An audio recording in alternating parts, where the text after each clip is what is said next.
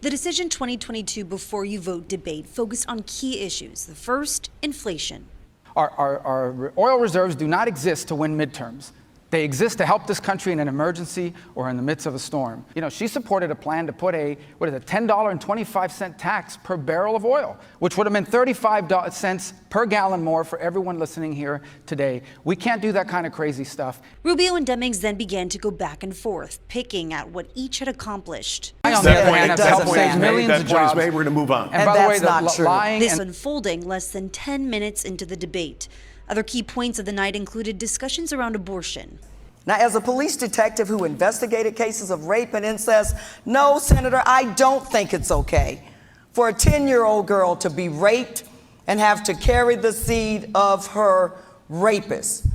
No, I don't think it's okay for you to make decisions for women and girls as a senator. When asked if Rubio would support a federal abortion ban with no exception, he responded, I'm 100% pro-life. That said, every bill I've ever sponsored on abortion, every bill I've ever voted for, has exceptions.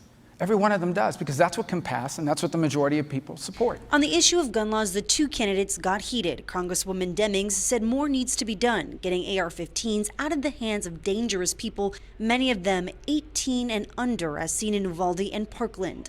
However, Rubio says he believes in the Second Amendment and that banning the purchase of AR-15s won't stop people from buying them. On the matter of immigration, Demings, a former Orlando police chief, said, We have more processes and they don't meet the standard for asylum seekers. You send them back. Senator Rubio believes, but there's no country in the world that can tolerate or permit or afford 5,000 people a day arriving at your border, saying the magic words, and getting asylum. When discussions began on foreign affairs, Demings believes that if China made any aggressive actions toward us, we would need to respond.